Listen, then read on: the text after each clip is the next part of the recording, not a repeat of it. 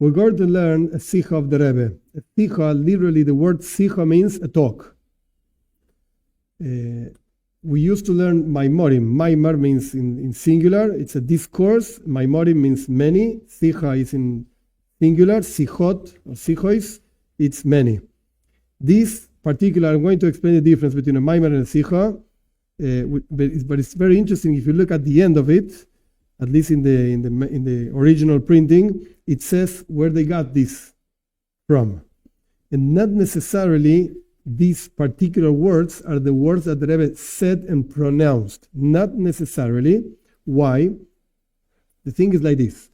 In many occasions, mainly Shabbos, the Rebbe used to sit and talk. Most of the Shabbosim. And depending on the times and depending on so many things, the Rebbe used to talk 3, 4, 5, 6 hours. Some Farbrengens that were really weird, 10 hours. That's weird. It's not normal. And the Rebbe explained all kinds of things, all kinds of subjects, different, and people singing and eating. Like it's not just talking. It's impossible. So lots of singing and lots of relaxing. No problem with that. But the Rebbe used to talk. There was a group of people, selected people, special people. They memorized the words of the Rebbe. Not necessarily word by word, rather the concepts. And we're talking about 6 hours of the Rebbe talking, no recording, because it's Shabbos, you can't record, you can't write. 6 hours of memorizing, subject after subject, what the Rebbe was saying. And sometimes, many times, most of the times, ideas that are not written anywhere, because the Rebbe is coming up with an idea, a new idea, and sometimes very deep stuff, very deep ideas, and you have to memorize. It's not so easy. There was a group of selected people. They used to gather after the Farbrengen, after the gathering that the Rebbe used to talk, and they used to discuss what the Rebbe said. And some people remember this, some people remember that, and they used to argue, no, he said it like this, he said it like that, what did it mean, etc., etc. Sometimes they even used to write to the Rebbe certain questions. The Rebbe mentioned this, we didn't understand. Or the Rebbe mentioned this, it doesn't make sense because of this and that. And the Rebbe used to answer them. Yes, no, on writing. Most of it was on writing, sometimes orally. This idea, that idea, etc., etc. After that, sometimes years literally passed, they used to write a Sicha, a talk of the Rebbe. And they used to pass the writing to the Rebbe. The Rebbe used to edit it, change things, put footnotes, put back and forth, until the Rebbe said, okay, you can print this. This is what I say. This is the talk of the Rebbe. In this particular case, we're going to learn something that is built up out of talks that the Rebbe mentioned or said, whatever, in 1966, and in Parshas Shmois, we're going to learn something about Parshas Shmois, and in 1963 in Parshas Beshalach. So again, what we're going to read is not the original literal words of the Rebbe. Another idea, another point, this particular one is in Hebrew. The original one is in Hebrew. But the Rebbe didn't talk in Hebrew. The Rebbe spoke in Yiddish, combining Hebrew, Yiddish, Aramaic, whatever, quotes and quotes. Okay, so certain volumes of what is called Likutey Sichot, that we're going to learn this, the gathering of talks of the Rebbe, some volumes are in Hebrew originally. Because some people asked the Rebbe and the secretaries, etc., like, we come from Eretz Israel, we don't understand the Yiddish, so we want some text, some original text from the Rebbe, but in Hebrew. So some volumes are also, are in Hebrew. Most of it is in Yiddish, most of it. This particular one is in Hebrew. This volume, the whole volume is in Hebrew. Now, what's the difference between a talk and a maimar, and a discourse? A talk is more a colloquial thing, the Rebbe talking, and the Rebbe combining ideas, and that come from his mind, from his understanding of Torah, and sharing with the people. I understand things in this way, in that way, etc., etc. This is the teaching, etc. A maimar, if you actually hear, even if you don't understand, if you actually hear the Rebbe saying a Sicha or saying a Maimar, it's a completely different tone of voice. completely different concentration, tone of voice, and completely different subjects. In a Maimar, the Hasidim say that the Maimar is more like Ruach HaKodesh, more like divine inspiration. It's just the Rebbe talking, but it's actually sharing something that comes from above, so to speak. And again, if you see and you hear, you see something different is going on over here. Before a Maimar, before a discourse, the Hasidim used to sing a specific song, and the Rebbe used to say the Maimar, and then everybody standing up, nobody sitting. A Sicha, no song, no singing, everybody sitting, no problem. It's like more light thing.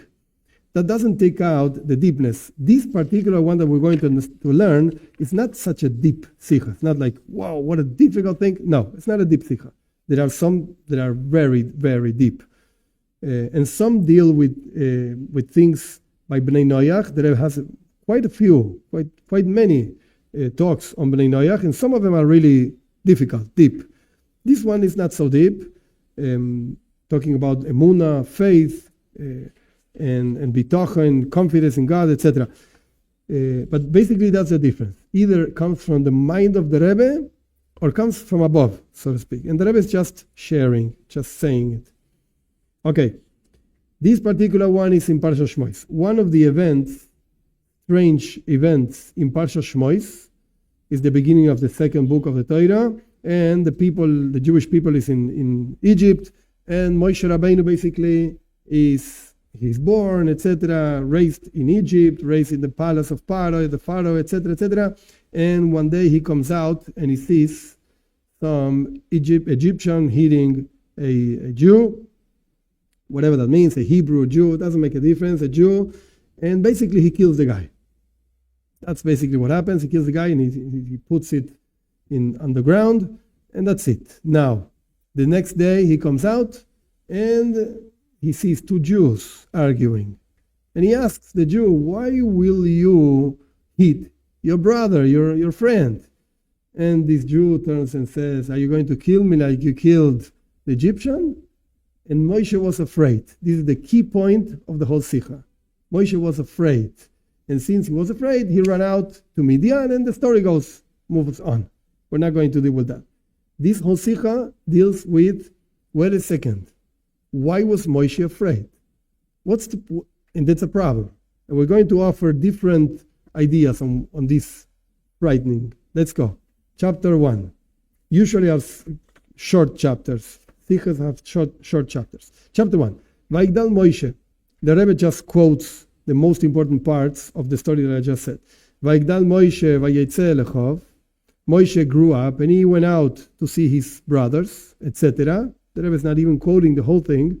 Vayarish mitzri makeh, etc. And he saw an Egyptian hitting, etc. Vayaches ha-mitzri. Moshe killed this Egyptian, etc. Vayetze vayom hasheni. And he went out the second day, etc. Vayomer larash ala masaker, etc. And he told the bad guy, why will you hit your brother, etc. Vayomer, etc. Haleargeini. Are you going to kill me? Kasher alaktes ha-mitzri, like you killed the Egyptian. Va'ira Moshe. Vayomer. Moshe was afraid and he said, Achen neida davar. Wow, effectively this is something known, because the Rebbe didn't quote it, but the story is that he looked one way, he looked another way, nobody seeing, nobody watching, he killed the guy. But wait a second, there were people watching. It wasn't so simple. There were people watching, and there were people knowing what happened. And Moshe Rabbeinu got afraid because people know what happened. Vayishma Pharaoh. Immediately Pharaoh heard, etc. Vayivakesh lareges Moshe. Vayivrach Moshe, etc. And Pharaoh wanted to kill Moshe, and Moshe ran away. That's the story. The rest, go read it. It's in the text. No problem. Pirush Rashi explains, Al Va'ira Moshe. Moshe was afraid. So Rashi quotes, Moshe was afraid, and he explains. Kipshutei. Literally, he was like afraid. Just like anybody else. Umidrashoi, however, says Rashi, I'm going to bring you the explanation of the Midrash, our sages. Doag loy al shera beIsrael reshoim de la toirim. Moshe was so worried that he saw on the Jewish people, bad people, really bad people. De la toirim, I don't know how to say this. In Spanish, it's the same word. People that used to, say to others what people do. They went to Pharaoh and they told him, Omar. And he said, Moshe Rabbeinu said, Me'ata Shema Einem Re'uin Ligoel. Maybe now they're not proper to be redeemed. So this is the midrashic explanation. Okay. But now the Rebbe says we have to analyze this. What's the reason why Rashi was not content? Wasn't enough with the first explanation, literally, like Moshe was afraid for his life because it's known and it got publicized, whatever, this thing that Moshe killed an Egyptian. What's the problem with that explanation? Like, it's very, very simple. He was afraid. And he brought also the explanation of the Midrash. Moshe was worried, etc. Maybe they're not proper, the Jewish people, to be redeemed. There's no allusion to this in the verse. Stop. Before moving on. One thing we have to know, that Rebbe mentioned this so many times, that Rashi mentions this many times, Rashi is an explanation. Rabbi Shlomo Yitzchaki, France, year 1100s, he explains Pshat, literal meaning of Torah. That's his job. And Rashi says it many times. I did not come here except for explaining the simple meaning.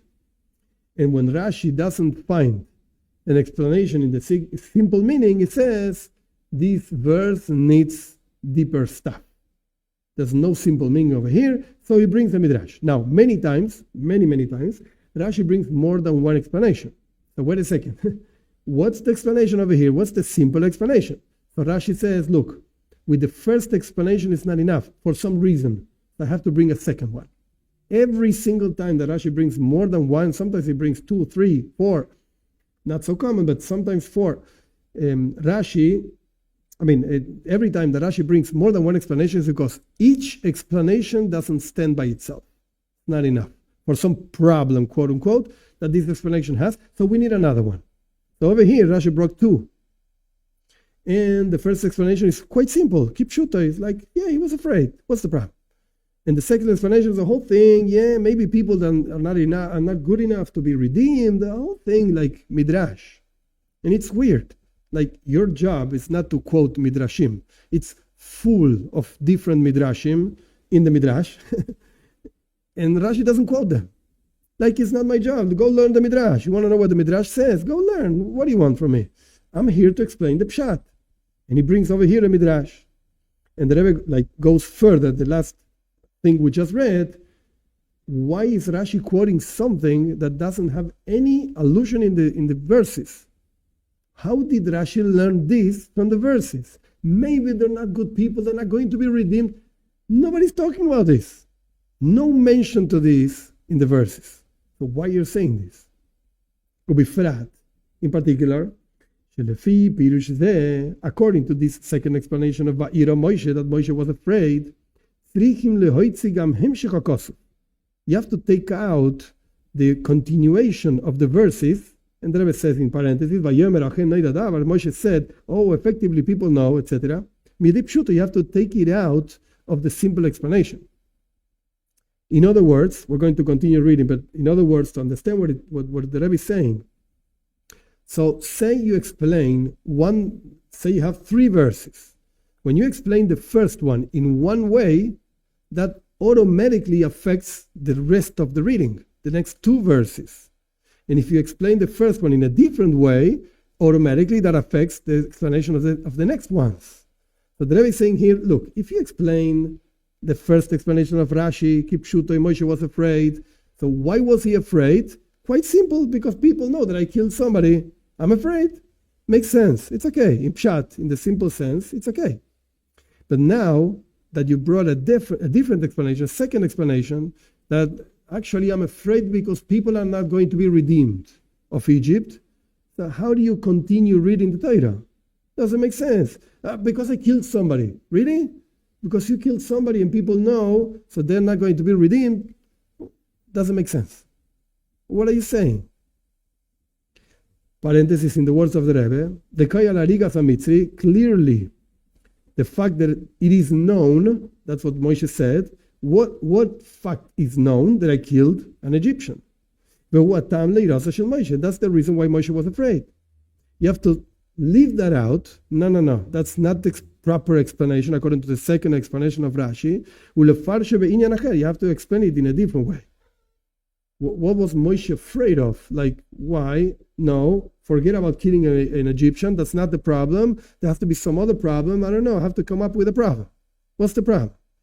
Maybe Rashi. That's why in the next verses also Rashi has to bring a different explanation. After Rashi is saying, the simple explanation goes, he has to say a different explanation to fit with the first verse that he changed the explanation. So Rashi himself is going into trouble. Why do you have to go into trouble? Don't say anything. Just say Kipshuta. Literally, he was afraid. He killed somebody. He ran away. That's it. Simple story. No. He changed it. Why? So in the second part of the story, again, that effectively this is known. That's the verse. Those are the words of the verse. Rashi has to bring a different explanation. Gam Pirush HaMedrash. Also, has Pirush HaMedrash. He has to bring another midrash. What is known? According to the first explanation, the fact that is known is that Moshe killed somebody. Nice, simple. According to the second explanation, which fact is known? I don't know. Says the Midrash, and Rashi is quoting. Now I know the thing that I was actually asking myself. What's the sin of the Jewish people, etc.? That caused, that sin of the Jewish people caused to be in hard work, etc. Nidim is like punished, something like that, with hard work. So again, what happened over here? We have basically two parts of the story before moving on. First part of the story is Moshe is afraid. Okay. Second part of the story is, people know. Okay. How do you explain the first part of the story? Let's go with the simple explanation of Rashi. Simple explanation is Moshe is afraid. Why? Because people know that he killed somebody. That's it. So what do people know? That I killed somebody. So I'm afraid. That's very simple, straightforward. The second explanation of Rashi, it's a whole thing. What's the second explanation? Moshe is afraid. What is he afraid of? Maybe these people are not going to be redeemed. And now I know, now it's known. Which fact is known? That these people sin because they hate each other and they're not going to be redeemed. It's a whole midrash and a whole story over here. Where do you got this from? It's not written in the verses. It's a midrash, very nice. Holy from our sages. Everything nice, but the work of Rashi, the job of Rashi is pshat. So I don't understand what you're saying. We can explain this in a very simple way. The intention of Rashi is to answer a general difficult in this verse. What's the problem?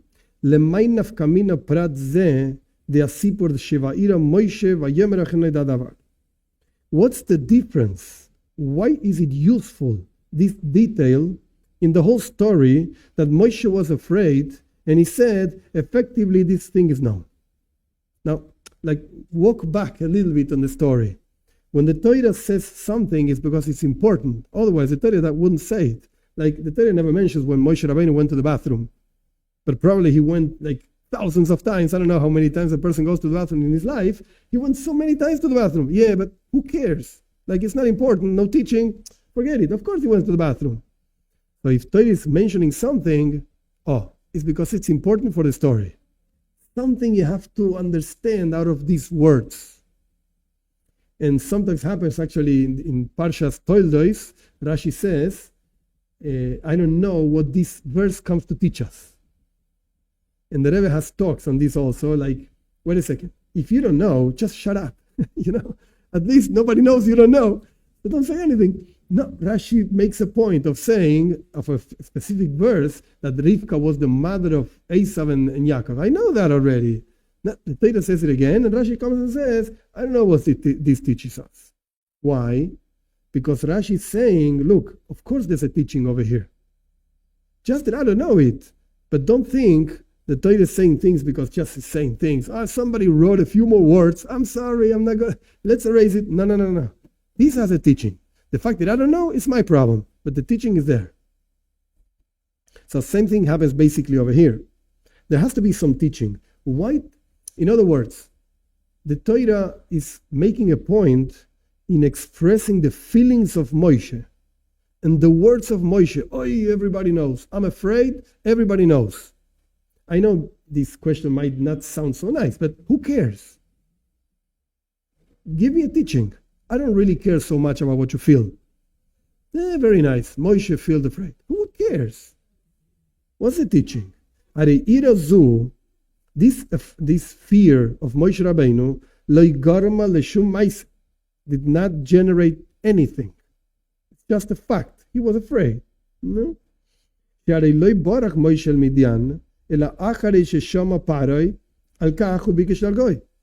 you see clearly, Moshe Rabbeinu did not run away to Midian until he heard that Pharaoh heard and he wanted to kill him.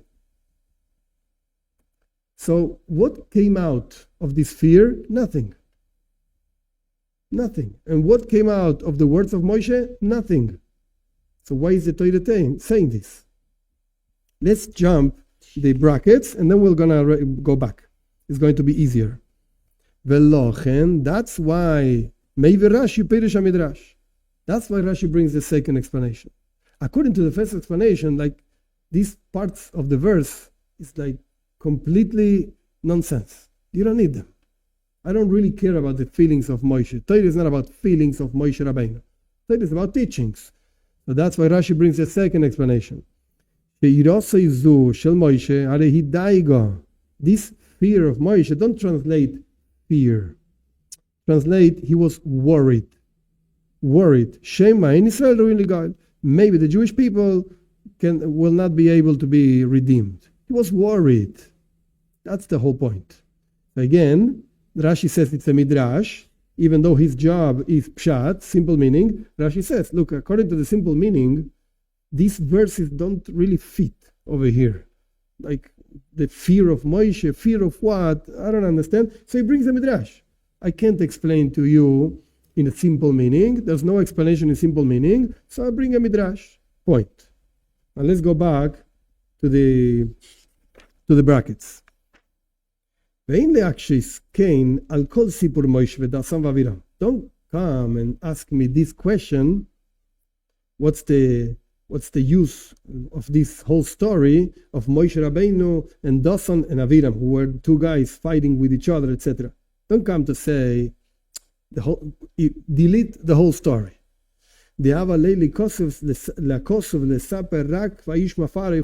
Torah should have said only that Pharaoh heard that Moshe Rabbeinu killed somebody. Moshe ran away. Because that's important to understand why Moshe was in Midian. Like suddenly you turn the page and Moshe is in Midian. Hey, wait a second. 2 lines ago he was in Egypt. Now he's in Midian. Okay, I'll explain to you why he went to Midian. He killed somebody and Pharaoh heard. But wait a second. The whole story of these two guys, the two Jews, wanting to hit each other is completely superfluous. You don't need this story. Don't come to say this. Don't come to ask this. And the whole story of two Jews that were fighting, etc. That they said to Moshe Rabbeinu, who do you think you are? Are you going to kill me? You don't need the whole story. Don't come and say this question. No. The Yeshloimar, because you could answer very simple. This part of the story, it's understood according to the explanation of Rashi that Pharaoh heard. What does Rashi say? Hemil shinu alav. These two guys told him. The whole story about these two guys is because these two guys were a headache for Moshe Rabbeinu for a long time, and they told Pharaoh. Actually, Venimsa comes out. Shebezeh mesaper hakosuf. with this story of these two guys fighting, the Torah is telling you, how did this rumor or this news of Moshe killing an Egyptian, came to Pharaoh? It's an important part of the story. But this doesn't explain. So the story of the two guys is important, but this doesn't explain the whole story about the fear of Moshe. Point. This is chapter number 1. Now, what did the Rebbe do? The Rebbe explained Rashi. We could actually finish the whole Sicha over here. The Sicha doesn't finish here, but we could finish the Sicha here. You have a problem with Rashi. You don't understand why he brings two explanations, so I just showed it. The first explanation is the simple one, kipshutoi, simple explanation, no problem. Moshe was afraid because people knew that he killed somebody and he ran away. That's it. And what's the problem with that explanation? The problem is that we don't need the whole story about the fear of Moshe. The story about the two guys fighting and the story, that's okay. But the story of Moshe fearing doesn't make any sense. So Rashi says, I know you have a problem with this. I'll explain to you in a different way. I'll bring a midrash. He was afraid. He was worried, not afraid. Chapter 2, Peis.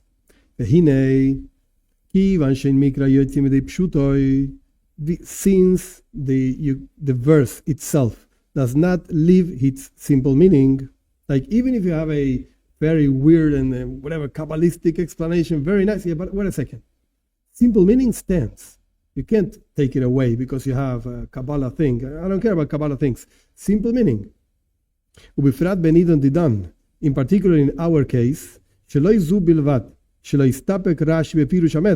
not only that Rashi wasn't enough for him with the explanation of the Midrash, because he could say, okay, so erase the first explanation of Rashi and just bring the second one. If the first one has a problem, so just bring the second one. That's it. Why do you need the first one? Moreover, Rashi says first the simple explanation and then he brings the Midrash. This shows you clearly that the main explanation is the simple one. Okay, the simple one has a problem, so we bring another one. But the second one, don't think is the main one. No way. The first one is the main one. The order in Rashi also, it's important. He brought the first one, and the first explanation is the simple one. Fear. Moshe is afraid. Don't come to me worried and redemption. No. He is afraid. Al karchas tzarich loiman. You're forced to say, Shegam lefi pirush hapashut beva'ira Moshe, also according to the first explanation, the simple explanation, that Moshe was afraid, shehaya yari lenafshe, he was afraid for his life, because it was known that he killed an Egyptian. Yesh biur v'tam al kol panim adrech hadrush lekach she'inyan zeh nemar b'kosov. There has to be some kind of explanation, of a reason, at least in an allegorical way, whatever, midrash, why is this written in the Torah? Because, again, first explanation is the simple one, and the simple one has a problem. What was the problem? The problem was, what comes out of this fear? Apparently nothing, so that's why Rashi brings another one. But wait a second. Leave the second explanation aside, just stick with the first explanation. The first explanation has a problem. Okay, but wait a second. The Torah has a problem. No, Torah doesn't have any problems. So there has to be something that comes out of these words that Moshe was afraid. What comes out of it? It's okay. Rashi brought another explanation because whatever. But what comes out of this fear? What happened with this fear?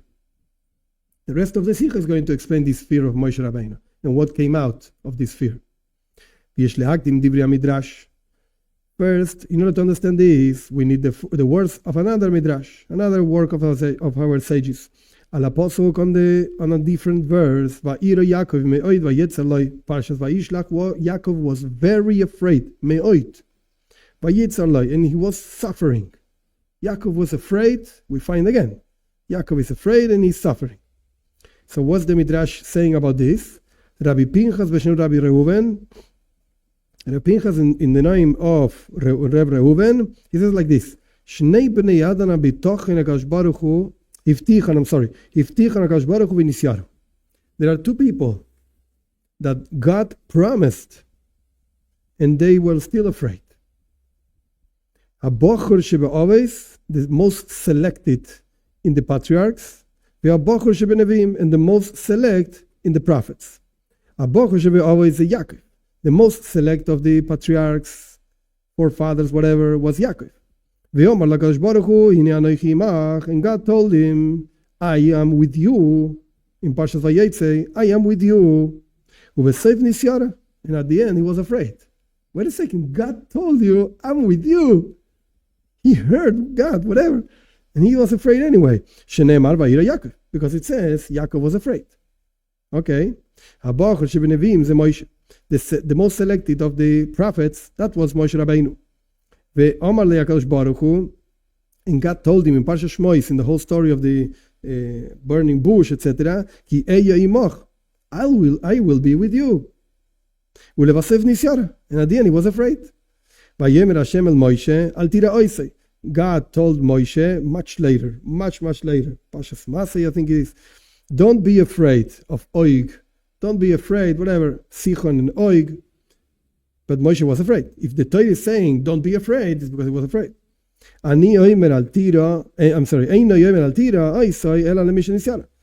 Torah is not going to say don't be afraid except if you are afraid. Okay, this is the Midrash. Very nice Midrash. And the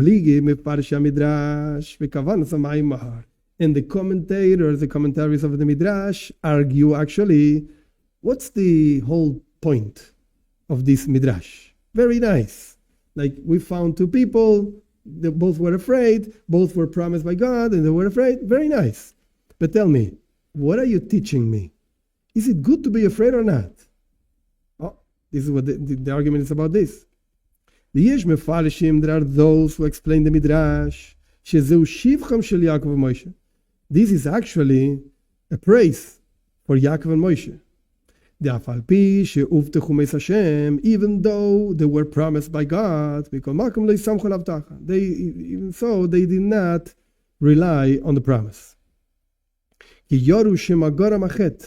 Because they were afraid maybe my own sins will cause the promise not to be kept by God. And then we're not proper. We don't deserve God keeping his promise because we sinned. So it's a praise. Wow, very nice. However, there are other commentators in the Midrash.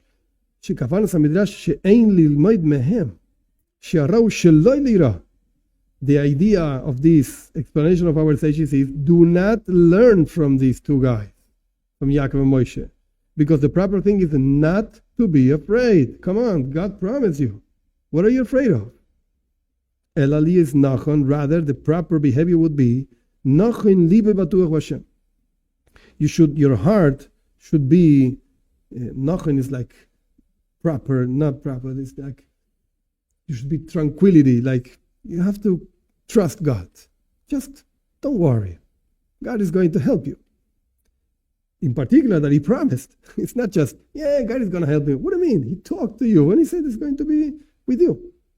Brackets.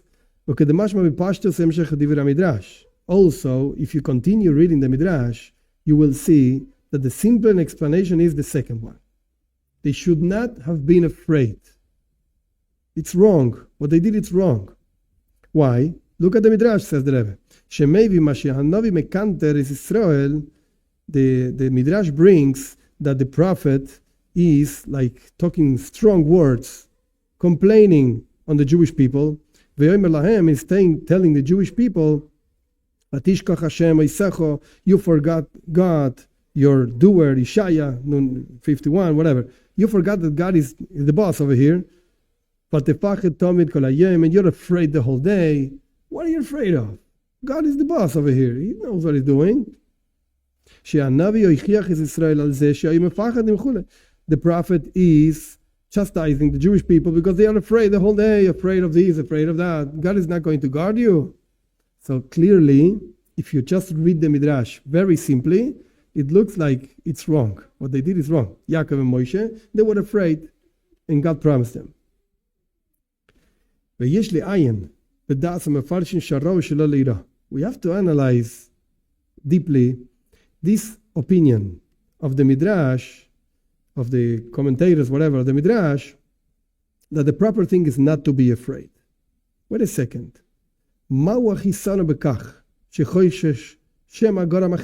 the problem that a person is worried maybe my sins cause that God is not going to be, so to speak, good with me? Tell me the truth. What's the problem? A person knows himself, herself. We did all kinds of things. Some were good, some were not so good. And, we deserve. And I'm worried that I deserve punishment. What's the problem? Is it such a terrible thing? It's not. What's the problem? Here, Moshe and Yaakov were afraid. Brackets, apparently it's the whole, turn it around. This is a tremendous praise, tremendous level. He is so humble. Yaakov and Moshe in this case, a person who is so humble, he's constantly afraid. Maybe my service to God is not complete. It's with sin. It's a good behavior. So what's the problem with Moshe and Yaakov? However, this question, is it okay to be afraid that maybe you're not behaving properly, etc., and always afraid? This question is a general question in the concept of trust in God. It's a very general question, trust in God. And this is a very interesting explanation. The Rebbe has a note over here. Nitztavinu ba. It's not so simple to say this. Nitztavinu means it's a mitzvah. Tell me which one of the 613 mitzvahs is bitochen, trust God. I don't know. Which one is it? Look in the note, 27. As it's explained clearly in many, many verses, we have to trust God. Many of them are brought down in this book, Reishis Chochma, Shara Ava, Perek Yud Beis, okay, over there, and Shara Tshuva, the Rabbeinu Yoina, and over there in a different book. And in this second book, it says, Shubichlal Tzivui. It's part of a mitzvah. Ukedas Rambam, see, it has many parentheses. Shutzivui v'lo yavtacha. The Torah is telling you a mitzvah. What's the mitzvah? Ki seitzel ha-milchama lo yisira mehem. The end of Parshas Shoftim. When you go out of to the war, don't be afraid. So these commentaries are clearly saying, hey, there's a mitzvah over here. Okay, it's not one of the 613 by itself. It doesn't have a number in itself, but it's part of another mitzvah. Sheim ire ha'adam kitzara kroiva. What's the definition of this mitzvah? If a person sees that there's a suffering coming up, oy vey, I see this coming to me, it's going to be such a terrible thing, I know this is going to happen. Don't worry, because the salvation of God is going to be, so to speak, in your heart, and you have to trust on this. Don't worry. I know it's coming, because you see it coming. Like, not that you're a negative person and always thinking about, no. I see this coming. It's real. So don't worry. Trust God. So it's a mitzvah. It's interesting. Not so simple. It's not a good behavior. No, what do you mean a good behavior? It's a mitzvah. Okay, let's go back to the text.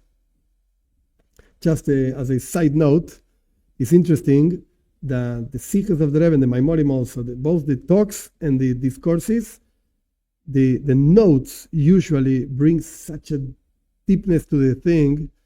Sometimes you have to learn the text itself inside, one time, the whole thing, and then 2-3 times with the notes, and go look at each single place where the Rebbe says, look there, look there, look there. Reading inside, it's a completely different world. But whatever, we're not going to do that, but it's interesting to know that there is such a thing. Okay, again, the Rebbe in this paragraph going back to the text itself, is saying, look, there's a question over here in general in the idea of bitochen, of trust.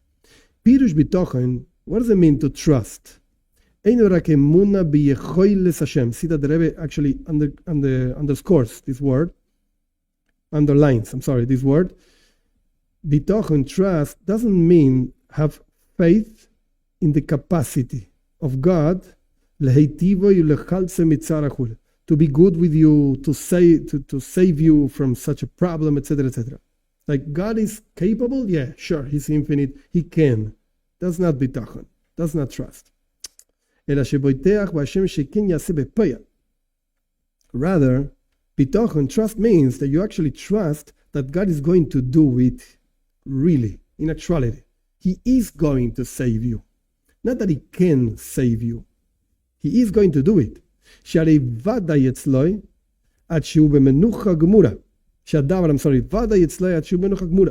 This fact that God is going to save you, whatever the problem is, and whatever your situation is, you are certain, completely, to the point, how do you check, so to speak, that you're certain? You are b'menucha gemura, complete tranquility.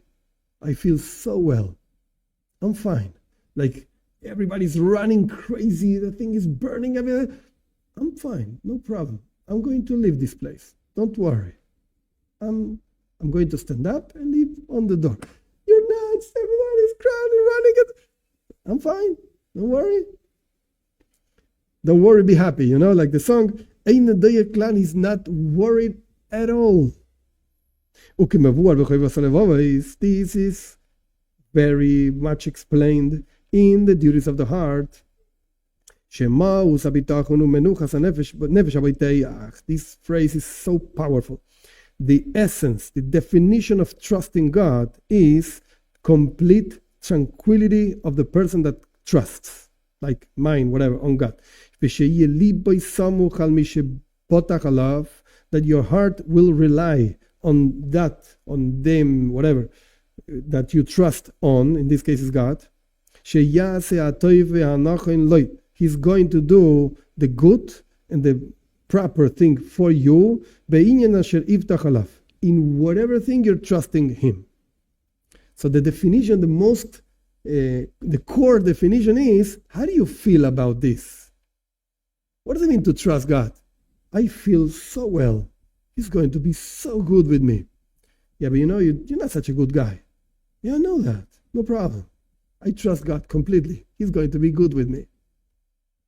Tzarich biur. The Rebbe says, wait a sec. We need to explain this. Not so simple. What's the fundament of this certainty? Why are you so certain that the guy is going to be good with you? Because even when there's a clear promise from God, to Moshe and Yaakov, he really spoke with them. It could be this promise is not going to be fulfilled. I'm sorry. Why? Shema Gora Machet. This is what the Midrash says. Maybe my sins generate that God is not going to keep His promise. It's not His promise, mine. My sins generate that God says, I'm sorry, I promised you on these conditions. If you don't fulfill the conditions, I'm sorry. Bye-bye. How much more so? When God did not talk to you and did not promise anything to you, at least to me, He doesn't talk. So how are you so sure that He's going to be good with you? Yaakov and Moshe were afraid, and you're not afraid? Oy vey. This worry, the Shema Gora Mached, maybe the sin will cause God not to keep His promise, etc. Kayam etzel kol echad ve'echad. This is found in every single human being. And the Rebbe brings a verse to prove it. I'm sorry. As it's written in Koyeles, Ecclesiastes, whatever the name is, there's no such a thing as a righteous person in earth that does everything good and never sins. There's no such a thing. Oh, so for sure you have something over there you didn't do proper. And how much more so? Even Yaakov, how much more so you should be afraid? Yaakov was afraid that maybe his sins, whatever that means, he was such a holy person. Yeah, maybe my sins cause that God is not going to keep his promise to me. So of course we should be afraid. If Yaakov was afraid, of course we should be afraid. So the Rebbe is asking, what does it mean, trust? Trust means you're certain God is going to be good with you. The Rebbe is not questioning that. The Rebbe is saying, look, you want to know what bitachon, trust means? Look in Choyves HaLevavos, go and learn duties of the heart. There's a whole portal talking about this long text. That's what bitachon means. The Rebbe is saying, I don't understand. This is what the question is over here. Not, let's change the definition of trust. No. Trust is clear. I just don't get it. Why are you so sure? How can you be so sure that God is going to be good with you? On basis of what? Yaakov wasn't sure. Moshe wasn't sure. You are sure? I don't think so. So why are you so sure? Why can you, in other words, how can you request, how can you demand of a person to have trust in God? Each one knows itself, himself, herself, whatever. How can you demand? That's why the Rebbe said, nitztavinuba. It's a mitzvah. Wait a second. God is actually ordering me to trust in him. And I can't. I know myself. I can't. So it's a mitzvah you can't fulfill? Doesn't make sense. So what's going on over here? This is the question that I was asking.